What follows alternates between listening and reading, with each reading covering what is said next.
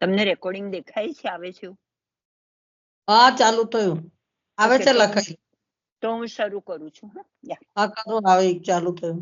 યા ચલો, શ્રી હરિરાય પ્રભુજી કી જય. તો ત્રીજા શિક્ષા પત્રમાં આપણને 3 ઉદ્દેશ્ય કયા છે. એક તો ભગવત ભાવમાં શું સાધક છે અને શું બાધક છે.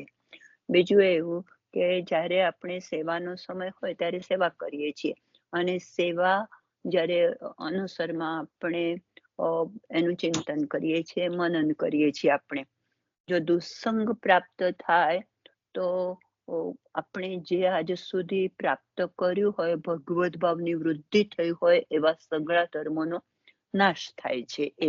એ દુસ્સંગથી બધું જતું રહે છે. એટલા માટે દુસ્સંગથી આપણને બચવાનું કહે છે. દુસ્સંગમાં પડવું નહીં તો પછી આપણા બધા ભગવત ભાવનો અને આજ સુધી વધેલી એવી વૃદ્ધિનું જન્માંતર જે ભગવત ભાવ પ્રાપ્ત થયો છે એનો નાશ થશે. આપણે હવે લાસ્ટ એવું જોવાનું છે, પણ એના સંદર્ભમાં શું આવે છે એ જોઈ લઈએ.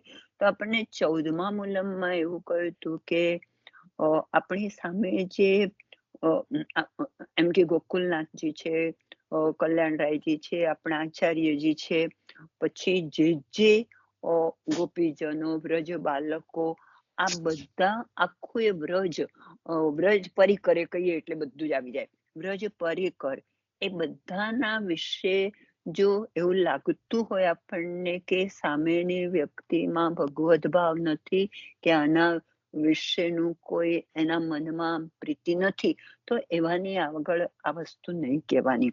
એનું હૃદય જો શુદ્ધ ન હોય તો પછી એવું થઈ જાય કે એ પ્રાપ્ત ન કરી શકે અને એમાં આપણને ખલેલ પડે. એટલે કે વિમુખ માણસોની બુદ્ધિ કેવી હોય? જે લોકો આપણા પુષ્ટિ માર્ગના ધર્મ અને આ બધાથી જે વિમુખ છે, ઉલટા છે, એ લોકોની બુદ્ધિ લૌકિક હોય. તો પછી એવી લૌકિક બુદ્ધિ વાળાને આપણે આ ભાવ કહેવાનું નથી. આ બધું અલૌકિક એવું એને જણાવવાનું નથી. અને પછી કેમ નહીં જણાવવાનું? એવો 15મા મૂલમમાં એવું કહ્યું કે તમે એમ કહો છો કે જે વિમુખ છે તેને આ બધું કેમ નહીં જણાવવાનું? એમ કે તો એટલા માટે નહીં જણાવવાનું કે એ પોતે એક તો અલૌકિક જ નથી, અને પુષ્ટિ માર્ગથી પુષ્ટિ માર્ગ વિનાના જે ભગવદીઓ છે, અન્ય છે, એમને જો કહીશું તો આપણા ધર્મનો નાશ થશે. એટલે આપણે વારંવાર એ વસ્તુની વાત કરીએ કે પ્રકટ કીએ રસ જાય ને, તો પછી એ આપણા રસોનો નાશ થશે એમાંના.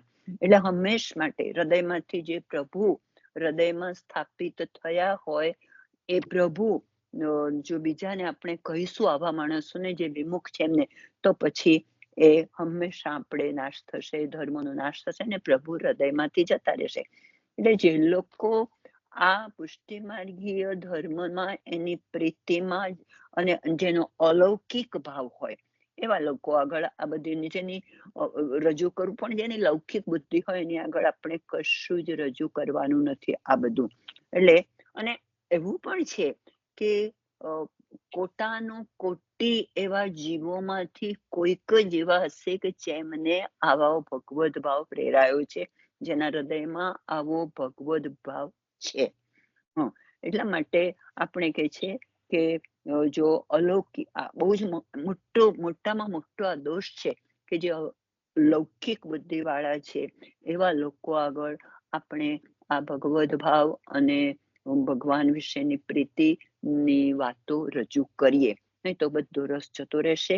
એટલે એ રીતે કે છે છેલ્લા વાક્યમાં એવું કહ્યું હતું આપણને કે પુષ્ટિ માર્ગમાં રહે તેના મહાપ્રભુજીની કૃપાથી જ ભાવ ઉત્પન્ન થાય છે અને સ્વરૂપાનંદનો પ્રાપ્ત થાય છે.